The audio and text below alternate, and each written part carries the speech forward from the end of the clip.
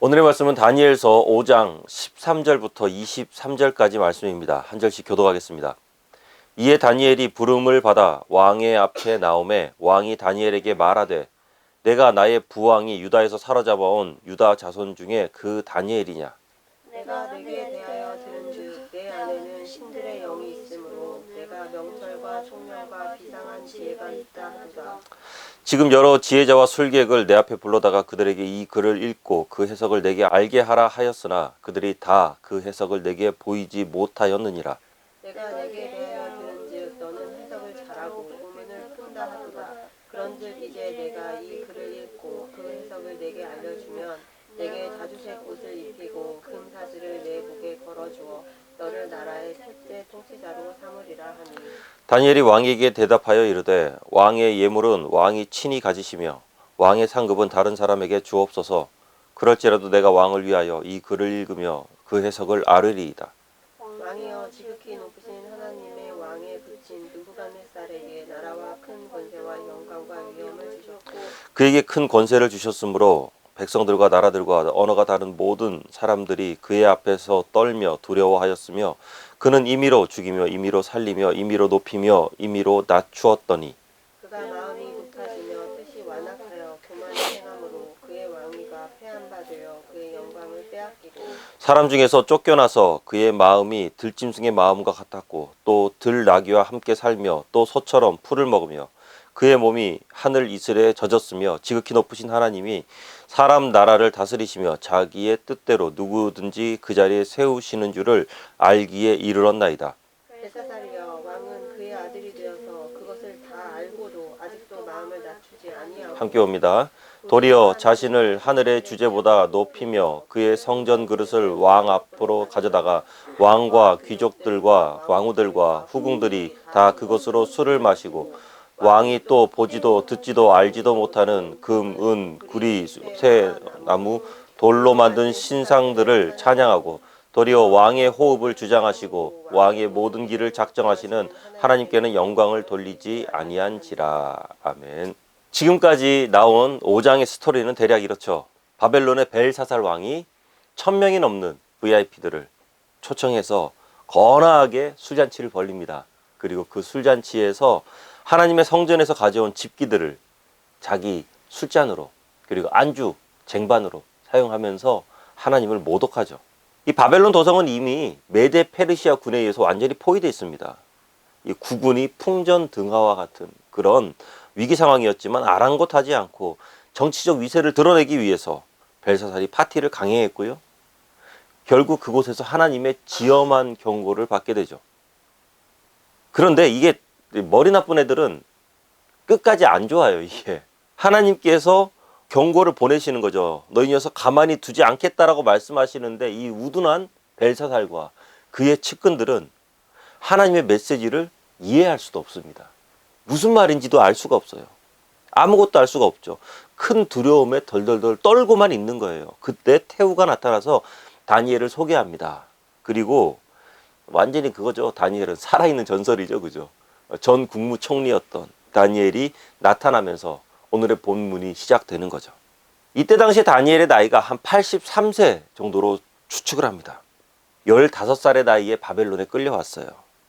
하지만 하나님의 지혜와 능력으로 세계 최강국 바벨론, 그 바벨론에서 최고위 공직자로 수십 년간 공직 생활을 했죠. 그렇게 느부갓네살과 함께 바벨론의 영광의 시절을 보내다가 느부갓네살이 죽고 난 이후에 초야에 묻혀요. 그리고 한 30여 년을 그렇게 보내게 됩니다. 완전히 물러나 있으면서 잊혀진 줄 알았는데 갑자기 왕궁으로부터 호출이 온 거죠. 뭔가 굉장히 급박한 상황이에요. 난리가 난 것 같아요. 그리고 아마도 다니엘이 왕궁으로 가는 그 마차 안에서 이 그간에 있었던 그런 스토리들을 다 들을 수 있지 않았을까 싶어요. 그러면서 이제 왕궁 안으로 딱 들어서서 술판 벌어진 그곳에 딱 들어서는 순간 다니엘이 아마 눈에서 불이 튀어나오지 않았을까. 그들이 들고 있는 술잔들, 그들이 사용하는 그 온갖 집기들, 그것이 바로 하나님의 영광스러운 성전 안에 있어야 되는 것들, 하나님을 영화롭게 하는데 사용돼야 되는 것들이 그들의 그런 음란한 술 파티에 사용되고 있다라는 것. 다니엘은 믿기지 않았을 겁니다. 그렇게 거룩한 분노에 휩싸인 다니엘이 이제 싸늘하게 식어버린 그 술 파티 정중앙으로 들어가죠. 그러면서 벨사살 왕과 대화를 시작합니다. 그런데 14절 말씀을 보면은요, 벨사살은 다니엘에 관해서 듣기는 했는데 직접 만난 거는 처음인 것 같아요. 그죠? 내가 너에 대해서 들었다. 태후가 다니엘에 관해서 어떻게 소개합니까? 11절을 보면은 느부갓네살 왕이 직접 등용한 사람이다. 나라의 최고의 통치자로 삼았던 그런 입지전적인 인물이 바로 이 사람입니다. 라고 이렇게 소개를 했거든요. 그런데 그런 다니엘을 대하는 벨사살의 태도가 너무나도 오만방자하죠. 우리 13절 말씀 함께 읽어봅니다. 이에 다니엘이 부름을 받아 왕의 앞에 나오매 왕이 다니엘에게 말하되 내가 나의 부왕이 유다에서 사로잡아온 유다 자손 중에 그 다니엘이냐.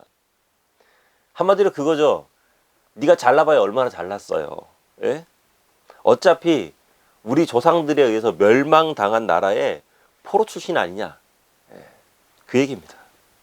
그리고 14절 말씀을 보면은 내가 소문은 들어보긴 했는데 당신이 그렇게 잘났다며, 당신이 그렇게 잘한다며, 말하자면 그거죠. 뭐 한가락 한다며.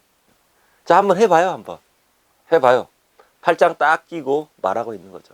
자신의 현재 상황은 완전히 망각한 채 끝까지 자존심 세우는 거예요. 16절 하반절을 보면은 만약에 당신이 이 글을 해석하면 내가 명예와 돈과 권력을 다 주겠다. 이 벨사살이 뭔가 크게 착각하고 있잖아요. 그죠?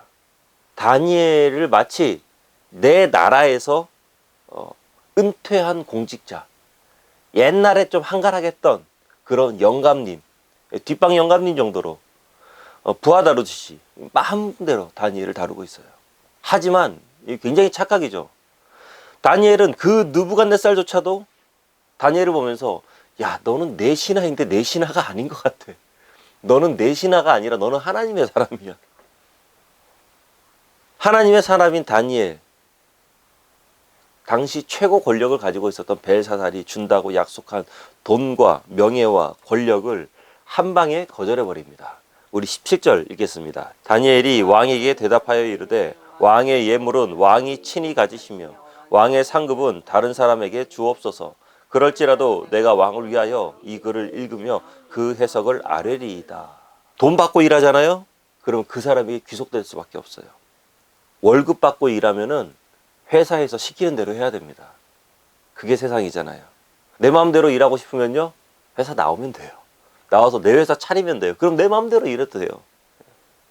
다니엘은 말합니다. 그런 거 싹 필요 없습니다. 싹 필요 없다고요. 이런 말 있죠. 사자는 썩은 고기를 먹지 않는다.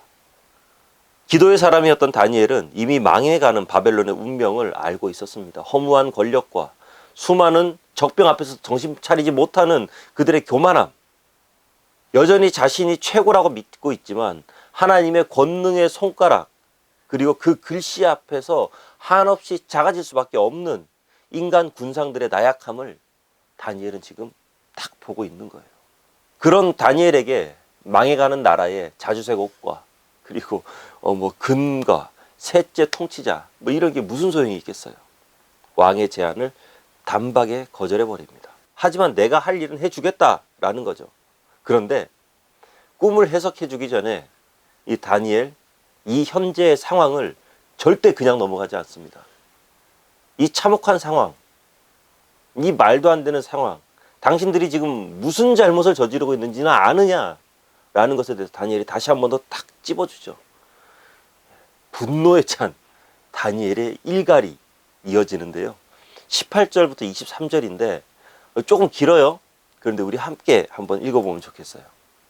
왕이여, 지극히 높으신 하나님이 왕에 붙인 느부갓네살에게 나라와 큰 권세와 영광과 위엄을 주셨고 그에게 큰 권세를 주셨으므로 백성들과 나라들과 언어가 다른 모든 사람들이 그의 앞에서 떨며 두려워하였으며 그는 임의로 죽이며 임의로 살리며 임의로 높이며 임의로 낮추었더니 그가 마음이 높아지며 뜻이 완악하여 교만을 행함으로 왕의 그 왕위가 패한 바 되며 그의 영광을 빼앗기고 사람 중에서 쫓겨나서 그의 마음이 들짐승의 마음과 같았고 또 들나귀와 함께 살며 또 소처럼 풀을 먹으며 그의 몸이 하늘 이슬에 젖었으며 지극히 높으신 하나님이 사람 나라를 다스리시며 자기의 뜻대로 누구든지 그 자리에 세우시는 줄을 알기에 이르렀나이다. 벨사살이여, 왕은 그의 아들이 되어서 이것을 다 알고도 아직도 마음을 낮추지 아니하고 도리어 자신을 하늘의 주제보다 높이며 그의 성전 그릇을 왕 앞으로 가져다가 왕과 귀족들과 왕후들과 후궁들이 다 그것으로 술을 마시고 왕이 또 보지도 듣지도 알지도 못하는 금, 은, 구리, 쇠와 나무, 돌로 만든 신상들을 찬양하고 도리어 왕의 호흡을 주장하시고 왕의 모든 길을 작정하시는 하나님께는 영광을 돌리지 아니한지라. 아멘. 굉장히 통쾌한 장면이죠. 그죠? 엄청납니다. 한마디로 그거죠. 당신 지금 무슨 짓 하는지 알고나 있냐는 거예요. 아주 팩트를 다다다다다다. 맞아. 옛날에 있었던 하나님께서 어떻게 행하셨는지 그것에 관해서 그냥 있는 그대로 막 쏴 붙이는 거예요. 늙은 노인이 왕과 수많은 권력자 앞에서 눈 하나 깜짝하지 않습니다. 그들이 제안하는 명예와 돈과 권력 헌신짝처럼 버려버리고 지금 하나님의 영광에 관해서 논의하고 있는 거죠. 바로 이겁니다. 바로 이 통쾌함이에요. 크리스천이 이래야 되는 거예요. 세상 앞에 설 때 이래야 되는 거예요. 우리가 세상의 잘못된 것과 세상의 부조리함을 바라보면서 한탄하고 기도하지만 또 다른 한쪽으로는 그 세상의 단물에 취하기도 하고 세상의 화려한 불빛과 그리고 그들의 럭셔리함을 바라보면서 그것을 동경한다면, 그 문화를 동경한다면 우리는 결코 세상을 변화시키지 못합니다. 우리가 전하는 복음의 권위가 없고 능력이 없다면 가장 먼저 나를 한번 돌아봐야 돼요. 다니엘은 지금 언제 하나님께 불려가도 하늘나라로 다시 불려가도 아무런 이상하지 않을 정도로 나이가 굉장히 많이 들었습니다. 이전 정권에서 진짜 날고기는 고이 갈려있지만 지금은 은퇴해서 손주들 돌보면서 성경 읽고 있는 이름 모를 한 할아버지에 지금 불과한 거예요. 다니엘은 지금 바벨론에 살면서 바벨론의 문화 가운데 묻혀서 그들과 다를 것 없는 삶을 사는 것 같았죠. 하지만 다니엘은 그 문화에 취하지 않았습니다. 바벨론에 살고 온갖 우상 숭배와 온갖 음란하고 방탕한 문화 가운데 살아가고 있지만 자신을 구별된 자로 자신의 신분을 정확하게 인식하고 있었던 거죠. 내가 어떤 사람인가에 관해서 다니엘은 정확하게 알고 있었다는 거예요. 나이가 비록 많아서 구부정하고 힘없는 노인에 불과하지만 하나님의 부르심 앞에 순종하면서 세상 앞에 당당히 나아가 왕 앞에서도 기죽지 않고 바벨론 최고의 VIP 앞에서도 기죽지 않고 당당하게 하나님의 영광을 지금 선포하고 있는 겁니다. 당신들 지금 이게 무슨 정신 나간 짓을 하고 있는 건지 알기나 알고 있냐는 거예요. 아마도 벨사살 왕이 간담이 서늘해지지 않았을까 싶어요. 그 옛날 전설과도 같은 느부갓네살에게 있었던 가장 최악의 흑역사, 짐승처럼 살할 수밖에 없었던 그것에 대해서 분명히 알고 있었던 거죠. 그런데 그 얘기를 지금 꺼내는 겁니다. 거기에 플러스 알파로 자신이 지금껏 돈과 권력과 명예를 제시했을 때 어떤 사람도 그 앞에서 무릎을 꿇을 수밖에 없었거든요. 하지만 다니엘은 오히려 그런 것들을 왕이나 가지라고 그럽니다. 당신이나 가지고 당신 부하들에게나 싹 나눠줘. 나는 그 필요 없다는 거예요. 이게 바로 세상이 두려워하는 사람이죠. 세상이 가장 두려워하는 사람. 돈 앞에서 무릎 꿇지 않는 사람. 세상이 두려워하는 사람. 권력 앞에서 당당할 수 있는 사람. 명예 앞에서 초연할 수 있는 사람. 그리고 세상이 두려워하는 사람. 약자들 앞에서 더 낮은 자세로 임할 수 있는 사람. 물론 우리는 세상 사람들과 별반 다를 것 없는 그런 삶을 사는 것처럼 보입니다. 별로 티도 나지 않고 그냥 우리는 평범한 크리스천이에요. 평범한 사람이에요. 하지만 하나님의 사랑을 전하고 그리스도의 복음을 전할 때는 성령에 이끌려 힘과 능력이 나오는 사람이 바로 우리들입니다. 입술에서 거침없는 기도와 찬양이 나오고 삶에서는 성령의 능력과 권세가 나오고 세상 속에서 살아가지만 구별되어서 거룩하고 경건하며 기쁨이 충만한 그런 사람, 그런 하나님의 사람 앞에서 세상은 두려움에 떨고요. 참된 예수님의 제자들은요, 혼탁하고 어지러운 이 세상 가운데 한 줄기 빛이 되고 이 세상을 변화시킬 수 있는 소금과도 같은 역할을 감당할 수 있게 되는 겁니다. 하나님의 질서를 선포할 수 있는 겁니다. 언제 하나님께서 우리를 부르실지 모릅니다. 언제 어디서 하나님께서 사용하실지 모릅니다. 언제 우리의 입술을 사용하실지 모르고, 언제 우리의 표정을 사용하실지 모르고, 언제 우리의 능력을 하나님께서 달라고 할지 모릅니다. 준비해야만 합니다. 준비되어 있어야만 합니다. 우리는 그렇게 살아가야만 합니다. 세상을 살아가지만 나의 정체성을 잊지 않고 살아갈 때 어느 날 밤에 느닷없이 왕궁으로부터 불려오는 그 초청에 임해서 가서 느닷없이 벌어지는 그 상황 가운데서 오히려 초연하게 돈, 명예, 권력 다 필요 없습니다라고 이야기할 수 있는 사람. 그리고 그것 가운데서 잘못되어진 세상을 바라보면서 그 잘못되어진 것을 조목조목 짚을 수 있는 사람. 그리고 그 자리에서 하나님의 영광을 자랑스럽게 선포할 수 있는 사람. 준비되어야 돼요. 그래서 하나님께서 사용하시겠다고 하실 때 초야에 묻혀서 살다가 82세의 나이에 역사의 중심으로 다시금 서게 되는 다니엘처럼 하나님께서 우리의 인생을 사용하시겠다고 하실 때 아멘하고 언제든지 순종할 수 있는 우리 모두가 되어야만 된다는 것입니다. 하나님, 저 대출금이 좀 남았는데, 하나님 이제 곧 승진 시험이 있는데, 아니에요. 하나님의 사람으로 이 땅 가운데 성령의 능력으로, 그리고 그리스도의 제자답게 살아가면서 왕 앞에 설 때에도 당당하게 서는 그 다니엘의 모습처럼 세상 앞에 당당하게 서는 우리 모두가 되어지기를 주의 이름으로 축원합니다. 기도하겠습니다.